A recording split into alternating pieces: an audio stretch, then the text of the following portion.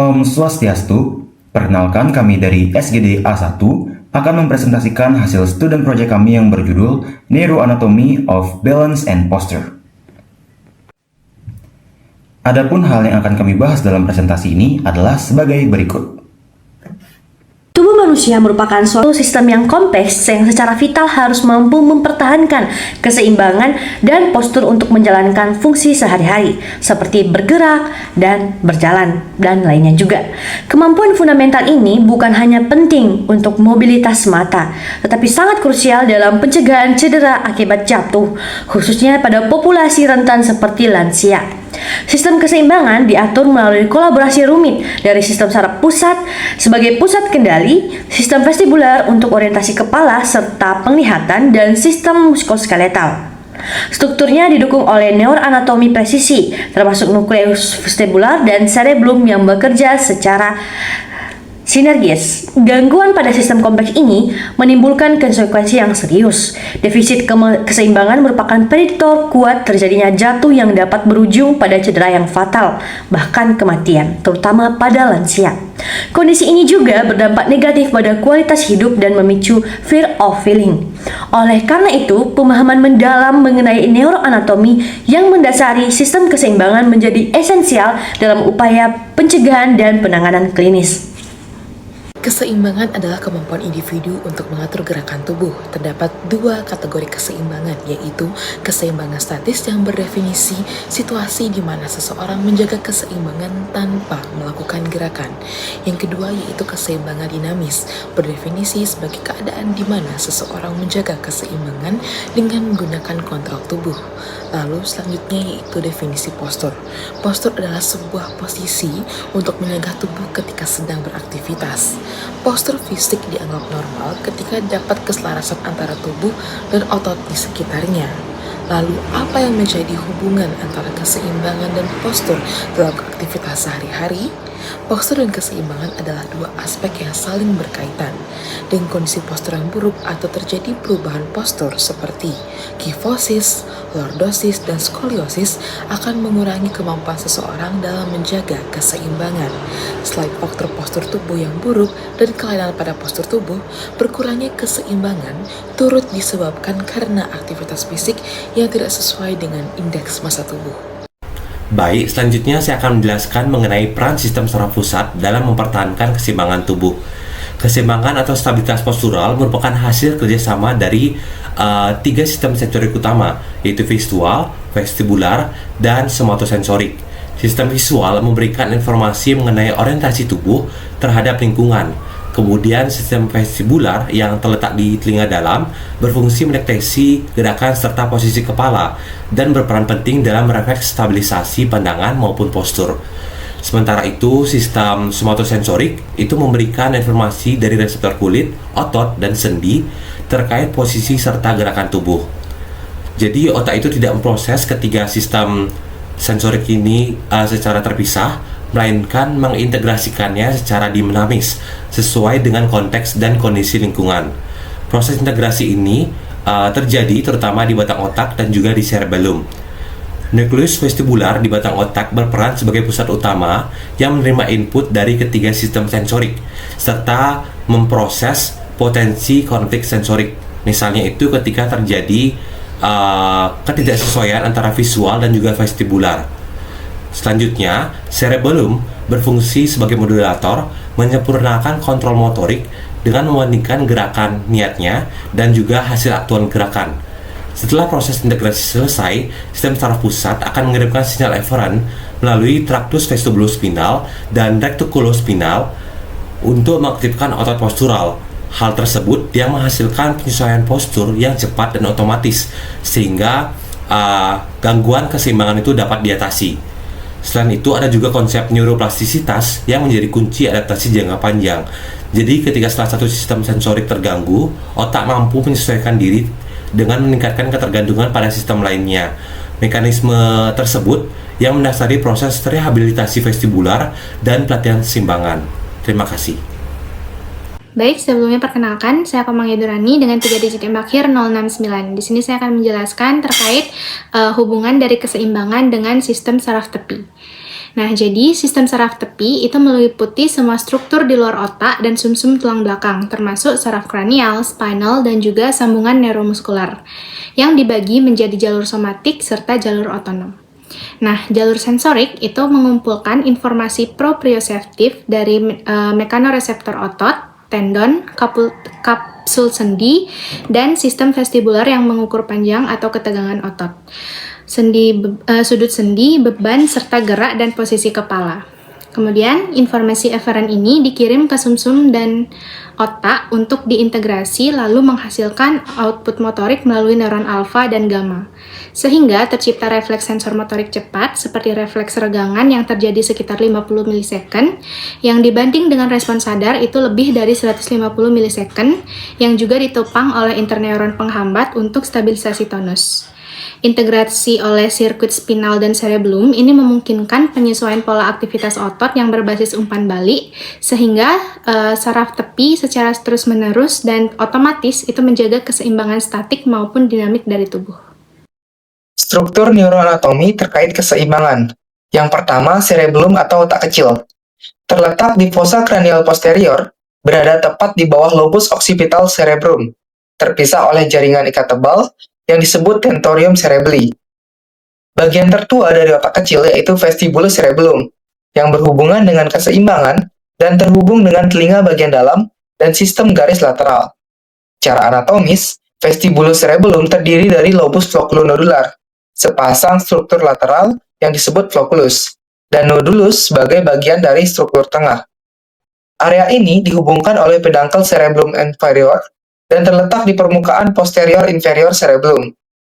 Vestibulus cerebellum menerima informasi dari nukleus vestibular yang terletak di organ keseimbangan telinga bagian dalam atau labirin mengenai posisi kepala relatif terhadap gravitasi. Yang kedua merupakan organ vestibular. Organ vestibular terletak di dalam labirin membranosa di telinga bagian dalam yang terdiri dari kanalis semicircularis dan juga organ otoid. Kanalis semicircularis adalah 3 saluran berbentuk cincin yang menjadi sensor utama untuk mendeteksi percepatan sudut atau gerakan rotasi pada kepala. Yang kedua merupakan organ otolit, terdiri dari 2 kantung kecil, yaitu utriculus dan juga sacculus, yang bertanggung jawab untuk pendeteksi percepatan linear dan juga kemiringan statis pada kepala. Yang selanjutnya adalah basal ganglia. Basal ganglia merupakan kumpulan inti subortikal di hemisfer cerebral yang berperan penting dalam pengaturan gerakan dan juga perilaku. Strukturnya terdiri dari striatum, yang dimana terdiri dari kaudat, nukleus, dan juga putamen. Ada globus pallidus, yang terdiri dari pars internal dan juga eksternal. Ada substantia nigra, yang terdiri dari pars compacta dan juga pars reticula. Ada subthalamic nucleus. Fungsi utamanya yaitu mengatur dan mengontrol gerakan sukarela, memfasilitasi gerakan yang diinginkan dan juga menghambat gerakan yang tidak diinginkan, terlibat dalam jalur langsung dan juga tidak langsung pada loop kortiko basal ganglia talamik, dan juga berperan dalam motivasi, pembelajaran prosedural, emosi, bahasa, dan juga pengambilan keputusan. Baik, di sini saya akan menjelaskan sistem sensorik pendukung keseimbangan. Yang pertama itu ada sistem visual, yaitu peran penglihatan dan orientasi ruang. Jadi, sistem visual ini yaitu penglihatan, perannya memberikan informasi tentang posisi tubuh relatif terhadap lingkungan dan membantu otak menentukan orientasi tubuh dalam ruang. Stabilitas postural ini yaitu penglihatan perifer, sangat penting untuk mempertahankan postur berdiri dan stabil dan dapat mengurangi ayunan postural. Nah, selanjutnya pengaturan gerak, yaitu memungkinkan tubuh beradaptasi dengan perubahan lingkungan dan meningkatkan stabilitas postur secara signifikan. Selanjutnya ini yang kedua ada sistem somatosensorik, yaitu reseptor kulit dan otot sendi.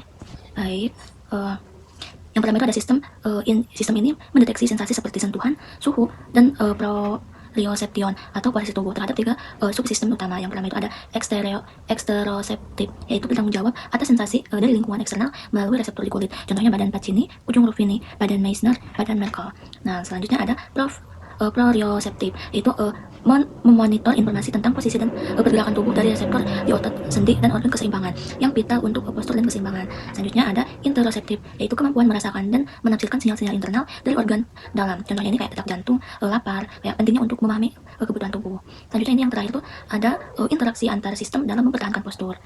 Jadi, interaksi antar sistem visual, somatosensorik, dan vestibular berinteraksi secara rumit dan kohesif, yaitu kayak otak memproses informasi dari ketiga sistem ini di korteks cerebral dan cerebellum. Nah, menggabungkannya ini menganalisisnya dan memprioritaskan satu sistem jika terjadi konflik, misalnya mengandalkan vestibular dan visual saat permukaan tidak stabil, atau somatosensori dan vestibular saat mata tertutup untuk menghasilkan respons motorik yang tepat. Sekian, terima kasih. Mekanisme kontrol postur sangat bergantung pada keberadaan sistem sensorik yang berfungsi sebagai sumber informasi utama mengenai posisi tubuh, orientasi kepala, serta kondisi lingkungan eksternal. Sistem vestibular adalah komponen sensor utama untuk menjaga keseimbangan dan orientasi tubuh. Terletak di telinga dalam, sistem ini terdiri dari kanalis semicircularis, utriculus, dan sacculus yang berisi sel rambut sensorik peka terhadap gerakan kepala. Kanalis semicircularis akan mendeteksi percepatan angular atau rotasi kepala, lalu utriculus dan sacculus akan mendeteksi percepatan linear dan posisi terhadap gravitasi. Sinyal dari reseptor akan dikirim melalui nervus vestibularis ke nukleus vestibularis di batang otak, lalu akan diteruskan ke jalur vestibulospinal, lalu ke jalur ke nukleus okulomotor melalui fasciculus longitudinalis medialis dan ke cerebellum. Lalu sistem proprioceptif. Sistem proprioceptif memberikan informasi internal tentang posisi dan gerakan tubuh melalui reseptor otot, tendon, dan sendi. Sinyal ini dikirim ke medulla spinalis, lalu ke otak melalui jalur columna dorsalis, lemniscus medialis, dan spinocerebellaris. Cerebellum, khususnya lobulus 5 dan 8, akan memproses informasi ini untuk menyesuaikan postur secara cepat. Propriosepsi akan bekerjasama dengan sistem vestibular dan visual untuk menjaga keseimbangan. Jadi bila salah satu akan terganggu, sistem proprioseptif akan meningkatkan perannya. Dan akan ada sistem visual. Jadi sistem visual ini, sistem sensorik visual akan memberikan orientasi eksternal yang membantu menjaga keseimbangan tubuh dengan menginformasikan posisi relatif terhadap lingkungan dan gravitasi. Jadi pertama, cahaya akan diterima oleh fotoreseptor retina, yaitu yang berbentuk seperti batang dan kerucut, lalu diteruskan melalui nervus opticus, chiasma opticum, tractus opticus, nucleus geniculatum laterale, yaitu thalamus, lalu ke korteks visual primer, V1 di lobus occipital. Dari sana, informasi terbagi kedua jalur, yaitu jalur dorsal dan jalur ventral. Jadi integrasi dengan sistem vestibular dan proprioceptif di batang otak dan korteks multisensori akan menghasilkan kontrol postur yang sangat adaptif. Lalu ada mekanisme kontrol postur jalur motorik dan efektor. Yang pertama yaitu batang otak. Batang otak mengatur kontrol postural otomatis melalui formasi reticularis dan nucleus vestibularis. Formasi reticularis mengatur tonus otot postural via jalur reticulospinal, sedangkan nucleus vestibularis menerima input dari sistem vestibular dan menyalurkannya melalui tractus vestibulospinalis untuk menstabilkan kepala dan tubuh terhadap gravitasi.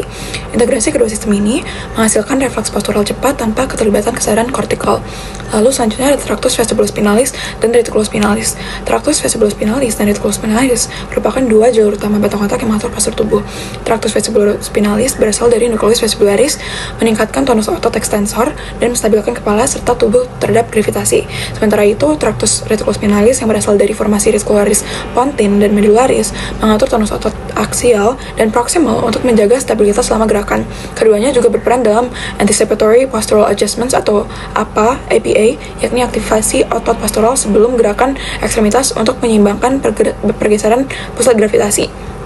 Dan yang ketiga adalah cerebellum. Cerebellum berfungsi untuk mengatur postur dan keseimbangan dengan mengintegrasikan input vestibular, proprioceptif, dan visual untuk menghasilkan respons motorik yang adaptif. Melalui perannya dalam APA, cerebellum, terutama vermis, mengaktifkan otot postural sebelum gerakan ekstremitas guna menjaga stabilitas tubuh. Lalu yang keempat, meskipun sebagian besar kontrol postur dikendalikan oleh struktur subkortikal seperti batang otak dan cerebellum, korteks motorik tetap memiliki peran penting dalam mengatur kesiapan tubuh sebelum bergerak. Saat seseorang akan melangkah, mengangkat beban, atau menyesuaikan diri dengan lingkungan yang tidak stabil, area seperti M1, premotor, dan SMA akan aktif lebih dahulu untuk mempersiapkan postur tubuh melalui mekanisme anticipatory postural adjustments. Lalu sekarang akan memasuki pada gangguan sistem keseimbangan dan postur. Gangguan keseimbangan dan postur terjadi ketika seseorang sulit mempertahankan stabilitas tubuh baik saat berdiri maupun bergerak. Hal ini biasanya disebabkan oleh kerusakan pada sistem saraf yang mengatur keseimbangan seperti sistem vestibular, cerebellum, dan batang otak. Salah satu contohnya, yang pertama ada vertigo, yaitu sensasi berputar yang disebabkan gangguan pada sistem vestibular, seperti pada penyakit Meniere atau BPPV. Kondisi ini membuat refleks tubuh terhadap perubahan posisi menjadi tidak akurat. Kemudian ada ataksia, yang ditandai dengan hilangnya koordinasi otot akibat kerusakan pada cerebellum. Penderitanya akan tampak goyah dan sulit menjaga postur. Lalu ada penyakit Parkinson juga yang memengaruhi keseimbangan karena berkurangnya dopamin di otak. Penderitanya ini mengalami tremor, kekakuan otot, dan kesulitan mengontrol refleks postur, sehingga mudah terjatuh. Selanjutnya, stroke dapat merusak area otak yang mengatur koordinasi dan keseimbangan, yang menyebabkan gangguan sensori motor dan kelemahan otot. Rehabilitasi dengan latihan otot inti sangat penting untuk pemulihan. Yang terakhir, multiple sclerosis adalah penyakit autoimun yang mengganggu komunikasi antar sel saraf. Penderitanya ini mengalami gangguan koordinasi dan kelemahan otot, sehingga terapi fisik dan latihan postur sangat dianjurkan. Secara keseluruhan, gangguan keseimbangan dan postur dapat sangat mempengaruhi mobilitas dan kualitas hidup, sehingga deteksi dini serta terapi rehabilitatif menjadi kunci utama dalam penanganannya. Saya izin melanjutkan ke teori dan model pengendalian postur. Yang pertama ada sensory rewiring yang merupakan mekanisme adaptif di mana otak menyesuaikan bobot input sensorik dari sistem visual, vestibular, dan somatosensorik sesuai dengan tingkat kepercayaannya.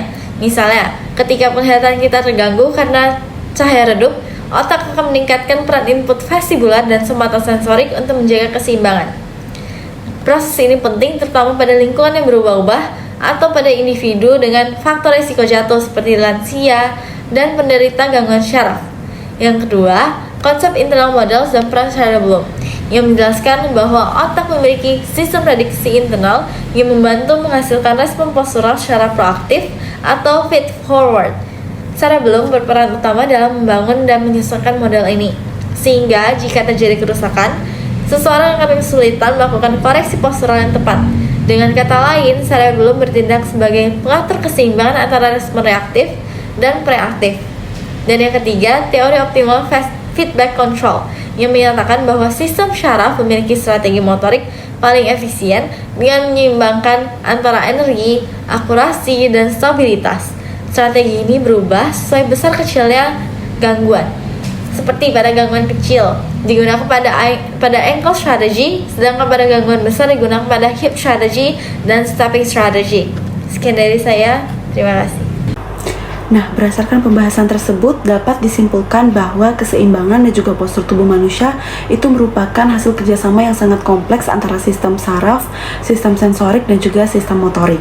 Nah, sistem visual, vestibular, dan juga proprioseptif itu terus memberikan informasi penting kepada otak mengenai posisi dan juga gerakan tubuh, sehingga kita dapat menjaga stabilitas baik dalam diam maupun bergerak.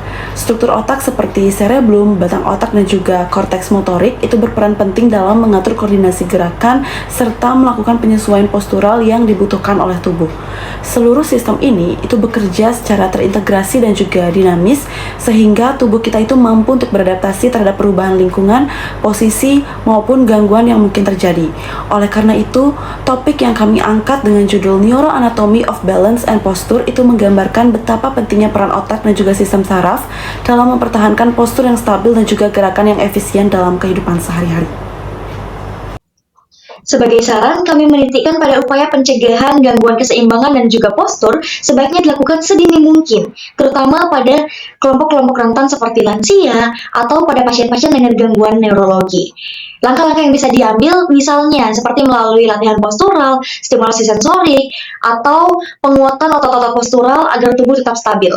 Selain itu, penting juga untuk memahami peran dari jalur descendens nerve seperti tractus vestibulospinalis dan juga reticulospinalis, serta memahami peran atau fungsi dari cerebellum dan juga korteks motorik dalam mengatur postur tubuh. Dengan pemahaman ini, diharapkan dapat dikembangkan strategi rehabilitasi dan juga edukasi yang lebih efektif dan mendorong penelitian lebih lanjut untuk meningkatkan kualitas hidup serta menurunkan risiko jatuh. Sekian presentasi yang dapat dibawakan oleh kelompok SGD A1. Kami memohon maaf yang sebesar-besarnya apabila terdapat kesalahan dalam pengucapan kata yang disengaja maupun tidak disengaja. Akhir kata kami ucapkan terima kasih.